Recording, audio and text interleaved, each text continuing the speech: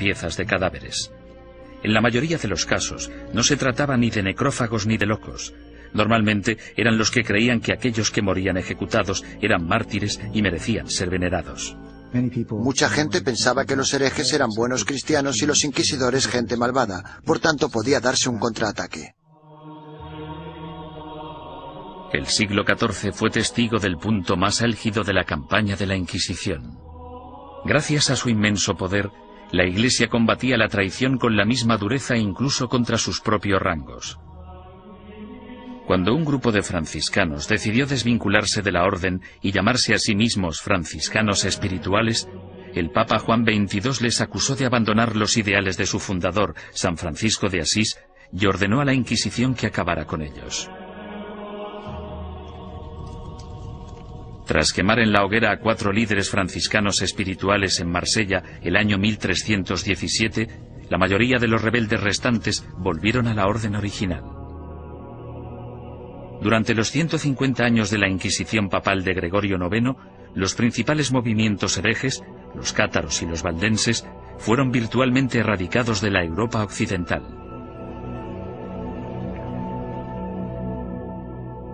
Al reducirse el número de herejes, parecía que la Inquisición acabaría desapareciendo por completo. Sin embargo, el negocio de la cacería y el castigo de brujas resucitó el proceso con una venganza durante el siglo XIV.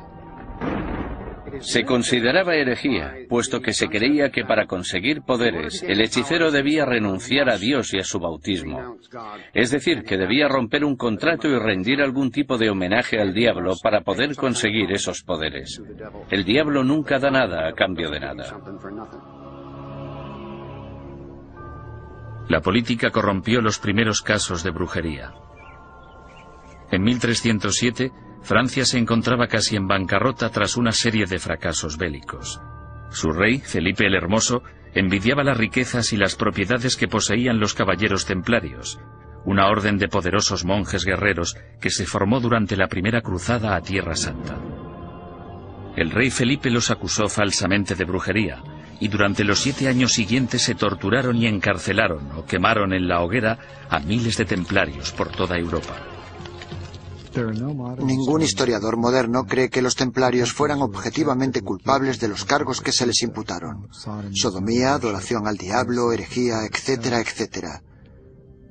En mi opinión, esto fue una verdadera manipulación cínica del proceso por parte de Felipe el Hermoso, y supone uno de los ejemplos más espeluznantes de hasta qué punto podían llegar a pervertirse los procedimientos inquisitoriales.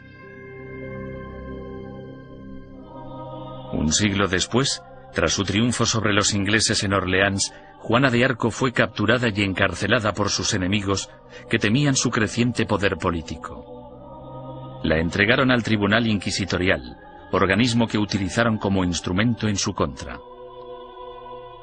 Los que acusaban a Juana defendían que las voces que ella consideraba su inspiración eran las voces del diablo y que sus premoniciones eran brujería. Juana fue condenada y murió en vehemente agonía. La nueva herejía de brujería diabólica parecía muy peligrosa tanto para la Inquisición como para las autoridades civiles, y engendró el manual práctico más relevante e influyente de todos.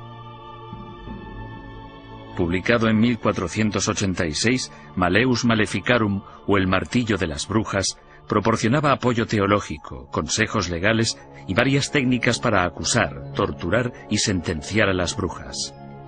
Se trata de un documento infame, puesto que crea la imagen arquetípica de la mujer bruja, además de ser una de las obras de todo el mundo literario que muestra más abiertamente su misoginia. Cuando una mujer piensa por sí misma, solo piensa en cosas malas. Como son más débiles de cuerpo y alma, no resulta sorprendente que puedan sucumbir al hechizo de la brujería. Toda brujería procede de la lujuria carnal que en las mujeres es insaciable. Malleus Maleficarum. La historia ha demostrado que uno de los autores de Malleus Maleficarum, un inquisidor de nombre Heinrich Kramer, tenía ciertos problemas para controlar su propia insaciable lujuria carnal. En el año 1485, Kramer fue acusado de llevar a cabo una inquisición en la región de Innsbruck, lo que ahora es Austria. Él mismo se buscó los problemas porque la mayoría de los interrogados eran mujeres y las preguntas tenían relación con sus actividades sexuales. Alarmado por la manifiesta obsesión sexual de Kramer, el obispo ordenó que destituyeran al inquisidor y que liberaran a todos sus prisioneros. 2 años más tarde apareció Malleus Maleficarum. Nació de la frustración de Kramer por la experiencia de Innsbruck y de la furiosa misoginia que sufría. Durante los siguientes 200 años, el Malleus Maleficarum se convirtió en un bestseller y llegó a ser publicado en 4 lenguas distintas. Estaba destinado a convertirse en la principal fuente de inspiración de los cazadores de brujas laicos, católicos y protestantes que aterrorizarían Europa y Norteamérica durante los siglos XVII y XVIII. Durante el siglo XV, sin una nueva política ni postura por parte del papado, la Inquisición empezó a desvanecerse poco a poco.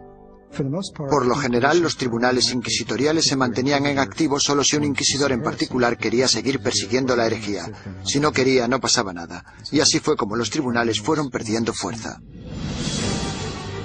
Sin embargo, en España, la astucia política del rey y la devoción de la reina se apoderaron del proceso inquisitorio e hicieron que su aterrador poder recayera en su propia gente.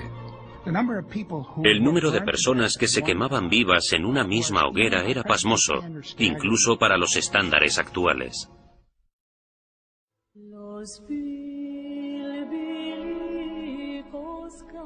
La situación de los judíos europeos durante el período medieval siempre fue desesperada.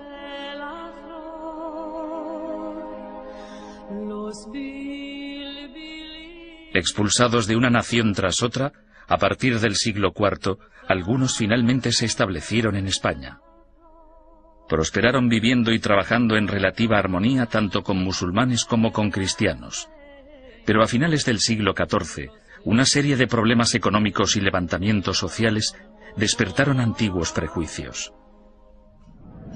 En las décadas de 1380 y 1390, amotinamientos en contra de los judíos provocaron el incendio de sinagogas y el asesinato de miles de judíos. La solución de las autoridades españolas fue expulsar del país a todos los judíos que no se convirtieran al cristianismo. Muchos decidieron marcharse, otros, sin embargo, hartos de una persecución sin fin, optaron por abandonar la religión de sus antepasados para poder quedarse en España. La conversión en masa de los judíos el año 1391 en España es casi única en la historia judía. En muy pocas ocasiones se había conseguido que tantos judíos se convirtieran al mismo tiempo junto con sus rabinos y sus riquezas. Esto redujo en gran número la población de judíos en España. Debido, al menos en parte, a su antigua ética cultural de escolarización y esfuerzo continuo, estos nuevos cristianos, llamados conversos, prosperaron durante las décadas siguientes. Como judíos habría sido ilegal que realizaran ciertos trabajos o que ocuparan ciertas posiciones en el gobierno. Sin embargo, como cristianos las posibilidades abundaban. Desde los inicios de la historia de la conversión de los judíos, tenemos a conversos obispos, conversos ministros, conversos líderes financieros. Tenemos conversos ocupando las más importantes posiciones de la sociedad cristiana, porque esa era la ventaja de convertirse.